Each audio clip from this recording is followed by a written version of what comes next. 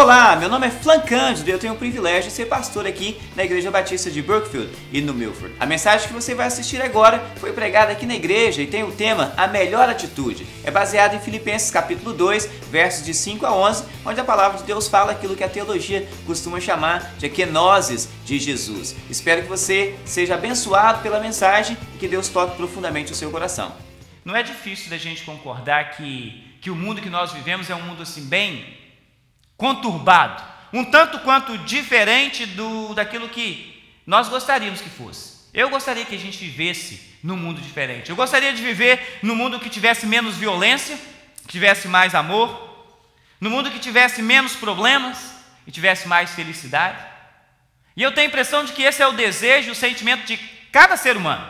Eu tenho a impressão que esse é o desejo e o sentimento de nós que estamos aqui nesta sala nessa manhã, é verdade? Lá em casa a gente gosta de brincar, eu gosto de brincar com as crianças num negócio que a gente chama de jogo dos opostos. E os meninos estão aprendendo vocabulário, e de vez em quando a gente fala assim, para cima, para baixo, branco, preto, e assim, gordo, magro, alto, baixo. E eu brinco com os meninos, eu falo um e eles falam o oposto. E curiosamente, a Sara já pegou a ideia, só que ela faz umas coisas tipo assim, eu falo Sara, ela fala Johnny, é o oposto de Sara, mamãe, papai, já descobri, existe essa relação. De qualquer forma, eu sempre brinco, a noção de lógica dela é uma noção até interessante, né? Tem uma boa noção de lógica. Mas se nós pararmos e pensarmos, nós vamos descobrir que a vida cristã, o cristianismo, é como brincar de jogo de opostos. O que Jesus traz para a gente, ele vira esse mundo de cabeça para baixo e fala, se você quer crescer, diminua. E ele diz, se você quer ser abençoado, seja bênção para os outros. Se você quer receber amor, dê amor. Se você quer ser honrado, primeiro você precisa se humilhar. Se você quer ter vida verdadeira, é preciso morrer para si mesmo. Se você quer ganhar o que não se vê, é preciso abrir mão daquilo que é visível. Para receber, é preciso dar. Para ganhar a sua vida, perca. Para liderar, seja servo. Para ser o primeiro, seja o último. Isso é um mundo de cabeça para baixo, que Jesus virou se você quer viver uma vida que agrada a Ele. Qual seria, então, a melhor atitude minha para que eu experimente as mudanças que eu gostaria de ver no mundo? Algumas vezes a gente fala que a gente gostaria de ver mudanças no mundo, a gente gostaria de ver mudanças nas pessoas, a gente gostaria de ver mudança na nossa família. E uma coisa que o mundo tem ensinado, e a palavra de Deus acaba confirmando, seja você a mudança que você quer nos outros. Seja você a mudança que você quer nos outros. Qual é a melhor atitude para que eu possa experimentar esse mundo melhor que eu gostaria de experimentar? Se você quiser, pode anotar na costa do seu boletim, isso tem um espaço em branco. A melhor atitude, ela é exemplificada pelo paradoxo da humildade. O paradoxo da humildade. Como assim? Para eu poder receber coisa boa, eu vou ter que me humilhar. Para eu poder ser honrado, eu vou ter que me humilhar. O texto que nós lemos é um dos textos mais lindos da palavra de Deus. É um texto que nos mostra, que nos conta a forma como Jesus, o Deus eterno, o Senhor dos senhores, que o Senhor dos senhores experimentou a vida humana. A teologia chama isso aí de kenosis. Kenosis é o fato do Deus se fazer homem. Deus se fazer homem. É um daqueles textos que os professores de escola bíblica ensinam as crianças, e as crianças aprendem de cor. E os meninos vão para a igreja e aprendem esse negócio. Pelo que haja em vós o mesmo sentimento que houve em Cristo Jesus, que sendo Deus, na forma de Deus, não teve por usurpação ser igual a Deus, mas aniquilou-se a si mesmo, se fazendo na forma de servo, e na forma de servo se fez homem. E assim vai. O texto vai até chegar no momento em que o nosso Senhor Jesus, ele é exaltado. E é uma coisa curiosa, e vou dar um contexto para vocês dessa carta aos Filipenses. A igreja nessa cidade chamada Filipos, foi plantada pelo apóstolo Paulo mesmo, o escritor da carta aos Filipenses. Ele plantou essa igreja, o livro dos Atos dos Apóstolos, capítulo 16, conta essa história, no que a gente chama da sua segunda viagem missionária. Paulo rodando por toda a região da Grécia, a região da Macedônia, e Filipos ficava na região da Macedônia. Ele inicia essa igreja lá. Na época de Paulo, Filipos era uma cidade bem antiga. Ela foi fundada e nomeada por Filipe da Macedônia, pai de Alexandre o Grande, na época ainda do grande império grego. Cidade antiga, cidade renomada, lugar de poder, era um núcleo comercial. Aliás, uma das primeiras conversões, né, na cidade de Filipos foi uma senhora chamada Lídia. Ela era uma comerciante de púrpura. Ela e toda a casa dela foi batizada, né, na mesma ocasião. Durante o Império Romano, a cidade de Filipos se tornou um lugar de aposentadoria para os soldados. Os soldados já não estavam mais, os comandantes já não estavam mais, eles iam para Filipos. Era um lugar de aposentadoria. Se fosse aqui nos Estados Unidos, se a gente dizer, para quem mora aqui no New England, é Flórida. Clima gostoso, lugar gostoso, você se sente bem, tem a mesma temperatura o ano inteiro e o lugar é lindo. Não que New England não seja lindo, né? E uma coisa que a gente não pode reclamar aqui é de tempo, porque vai mudar. O tempo vai mudar, não fica o mesmo aqui. Era uma cidade próspera. Mas agora, Paulo escrevendo essa carta, ele tem diversos elogios. Nós estamos no capítulo 2. Mas se você olhar o primeiro capítulo, Paulo começa elogiando o lugar. Completamente diferente das outras cartas que Paulo escreveu para igrejas. Você olha a carta aos Romanos, Paulo está cheio de conselho para eles, cheio de lições para eles. Aos Coríntios, se você imagina a igreja bagunçada, um lugar bagunçado, badernado, Coríntios era pior. E é lá que Paulo dá todas as exortações. Se você quer ter a noção de fazer coisa com ordem e decência, é aos Coríntios que Paulo escreve isso. Eles eram bagunçados, o negócio era de trás para frente, era esquisito. Mas aos Filipenses, Paulo dá elogio, mas ele descobre uma coisa: está faltando união, existe desunião, e a desunião é resultado da falta de humildade. Se você experimenta desunião, é porque é um resultado da falta de humildade. Filipos pode ser uma analogia para a nossa família. Se falta unidade, se falta união na nossa família, está faltando humildade. Se vocês repararem, aqueles aqui que são casados, de vez em quando a gente são duas cabeças, são dois pensamentos, de vez em quando tem umas divergências nos pensamentos. Essas divergências podem começar a aumentar até o ponto de virar uma discussão. Às vezes vira uma discussão, daí a pouco tem cada um com a tromba maior do que a do outro. Isso só vai resolver se houver humildade. Alguém vai ter que falar: me desculpa, pisei na bola. Alguém vai ter que falar: eu errei. Alguém vai ter que assumir. E a verdade, se você quer que o mundo tenha a transformação que você gostaria que o mundo tivesse, recebesse, seja você a mudança que você espera. Seja você a pessoa que vai usar da humildade. E o que o Senhor fala para nós, a melhor atitude é a atitude da humildade. É paradoxal. Parece que é o contrário. Mas se você quer crescer, diminua. Filipos pode ser uma analogia da vida da nossa igreja. Se você quer ser uma igreja produtiva, uma igreja relevante na sociedade, sirva, haja, ajude. Se você quer ajuda, ajude alguém. Se você quer ser amado, ame alguém. É um paradoxo. Filipos pode ser uma analogia dos nossos relacionamentos no modo geral. Se eu quiser ter uma boa amizade com cada um de vocês, e que a nossa amizade seja uma amizade que cresça, que o nosso relacionamento cristão seja um relacionamento que cresça, eu preciso servir. Eu preciso me dar.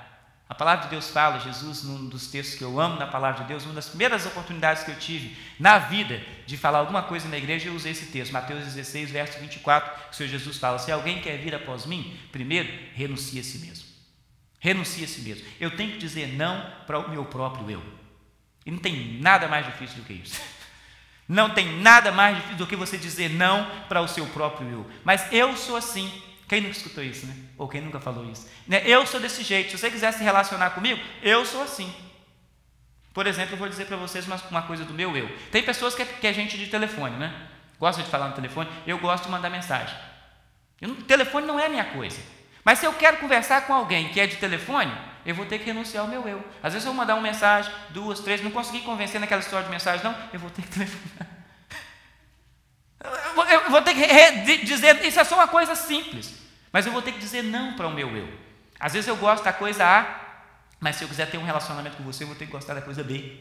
E eu vou ter que dizer não para o meu eu. Se você quiser seguir a Jesus, você vai ter que renunciar a si mesmo. E a Bíblia não diz que vai ser fácil, é por isso que Jesus fala: tome cada dia a sua cruz. Carregar uma cruz não é uma coisa fácil. Em alguns casais a cruz é o marido, outro casal a cruz é a mulher. Em algumas horas a gente fala que as cruzes são os nossos filhos. Mas a verdade é que todos nós deveríamos ser bênção uns para os outros. E para nós sermos bênção uns para os outros, nós vamos ter que experimentar o caminho paradoxal da humildade.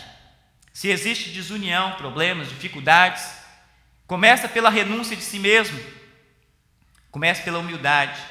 A mesma atitude, ou o mesmo sentimento que age em vós, a mesma atitude de Jesus, que sendo Deus, ele não teve por usurpação. Essa é uma palavra talvez complicada da gente entender, não sei aqueles vocês que eram noveleiros, que assistiam a Usurpadora, né? Não teve por usurpação ser igual a Deus, não teve como coisa a que ele se apegasse ser igual a Deus. Ele é Deus, mas ele abandonou o seu status, né, vamos dizer assim, de Deus, e se fez igual a homem, semelhante a homens. E na forma humana ele ainda se humilhou sendo servo. Não era um homem patrão, ele era um empregado. E na forma de servo ele foi obediente até a morte, e não foi uma morte normal, foi a pior morte que tinha, morte de cruz. Se Deus pôde se humilhar, por que não eu? Se Deus pôde se humilhar, por que não você? Quer viver, quer experimentar uma vida em abundância? Experimente pelo caminho da humildade, pelo paradoxo da humildade. É a melhor atitude que alguém pode ter. Conta uma história que o homem foi ao médico, e era um médico da família, e ele falou: doutor, estou precisando de ajuda. Eu falei: o que está acontecendo? Minha esposa está ficando surda, completamente surda. Mas como assim? Não, ela já não escuta mais nada. Mas em que nível que está? Talvez seja alguma coisa que a gente consegue recuperar. Eu falei: não sei, só sei que ela está ficando surda. Ele falou: não, faz o seguinte, faz um teste. Quando você estiver conversando com ela, você fica de longe e fala alguma coisa, e vê qual vai ser a reação dela. E dependendo de como ela reagir, depois você traz e que anota. Eu estava a tantos pés ou a tantos metros de distância dela, e ela não escutava. Só você vai assim, e foi dito e feito. Chegou no dia seguinte, na hora do almoço, o cara chegou na porta da cozinha e falou: meu amor, o que a gente tem para o almoço?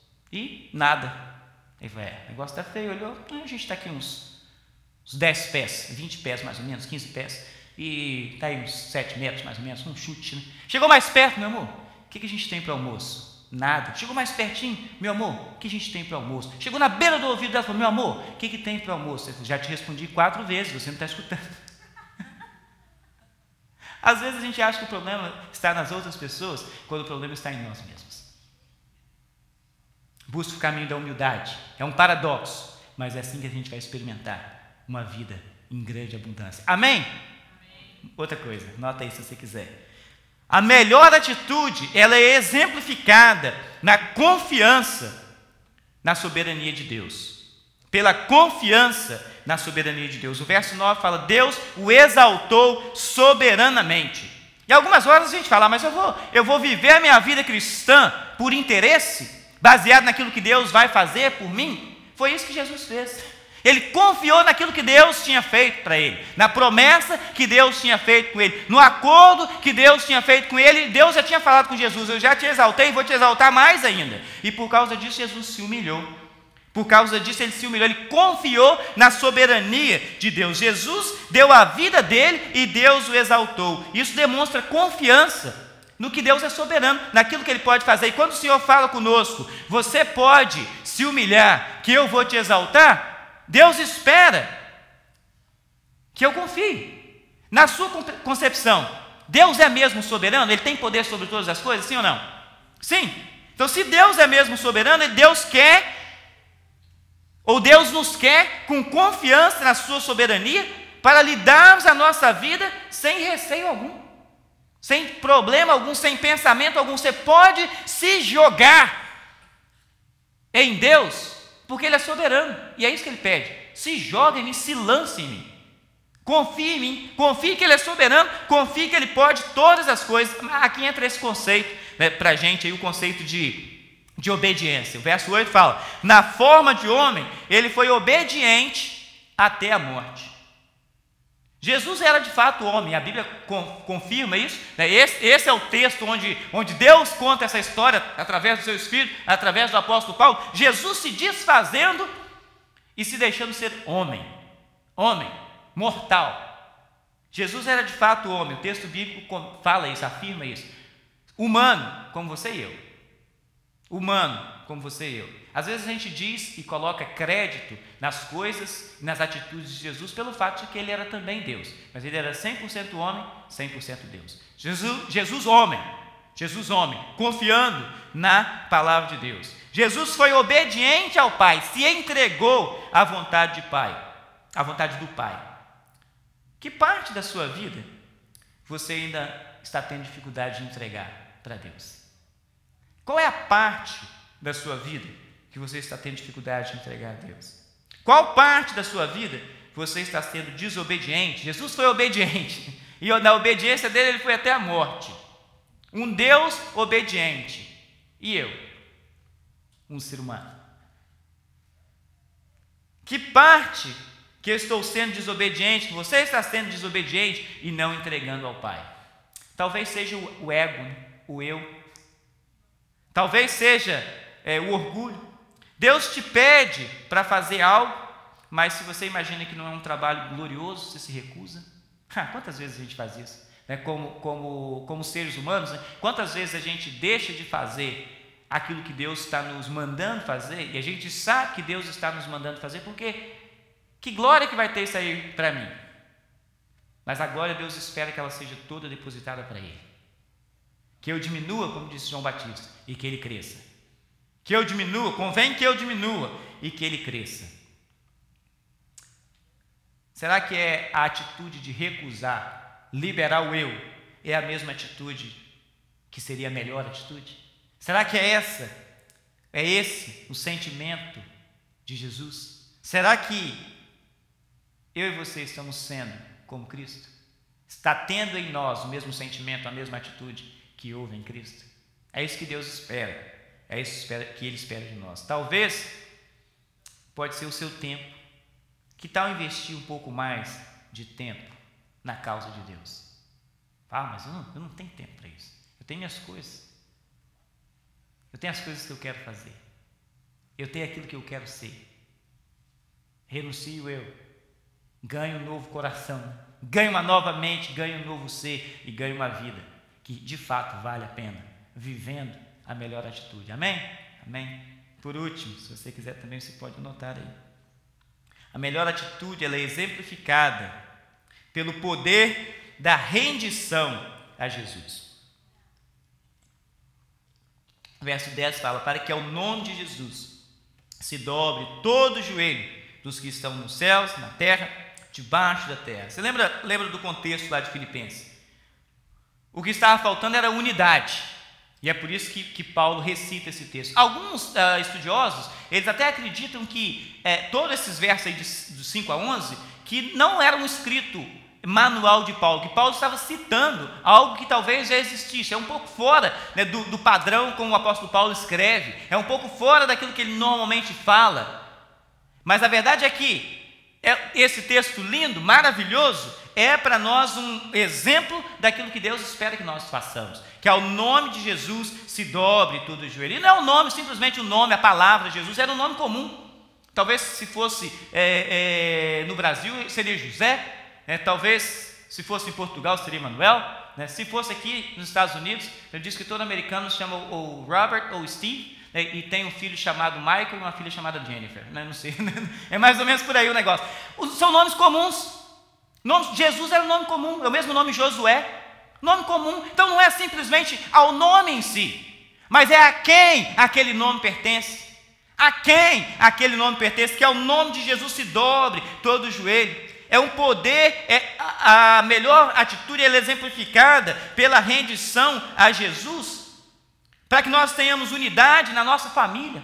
Você quer experimentar unidade na sua família? Se renda a Jesus, se dobre, se curve, seus joelhos se curvem diante de Jesus. Unidade nas nossas amizades, unidade naquilo que a gente faz no trabalho para o nosso Deus. A palavra de Deus nos fala, Jesus orando pelos seus discípulos, ele clama a Deus dizendo: Pai, que eles sejam um, como eu e você somos um, porque é só assim que o mundo vai acreditar que eu vim para o mundo. Amados, é só quando nós formos um que o mundo vai crer nessas coisas que a gente fala.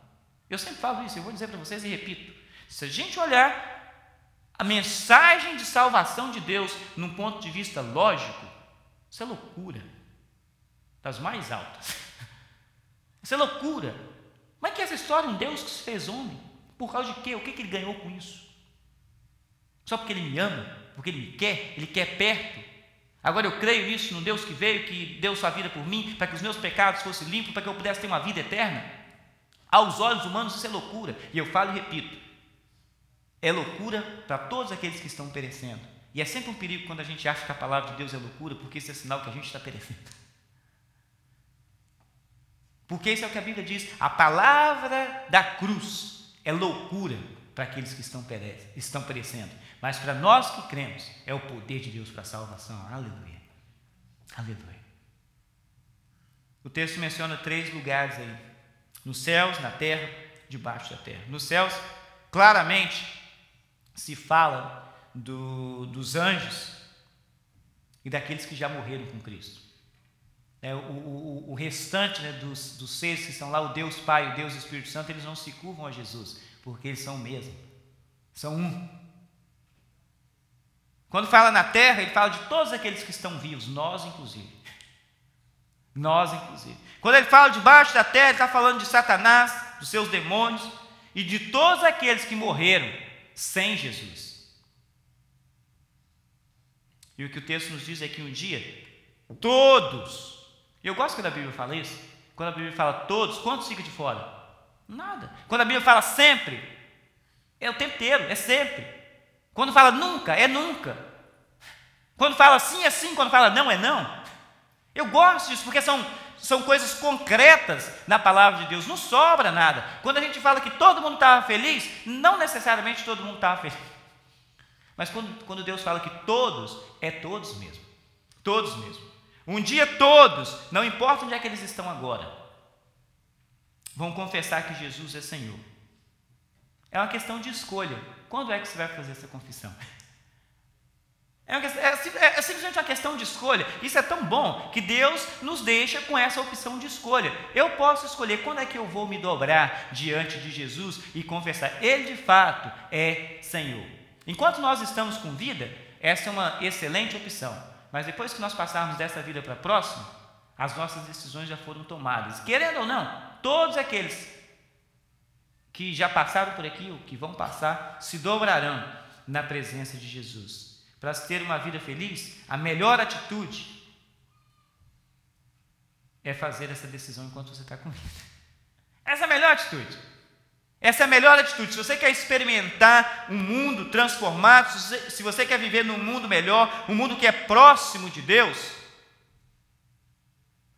comece se rendendo a Jesus. Qual parte da sua vida você precisa entregar a Jesus? A vida inteira? Só aquele pedacinho que você guarda no closet lacrado com 7 cadeados na sua própria vida? Qual coisa, né, que você quer?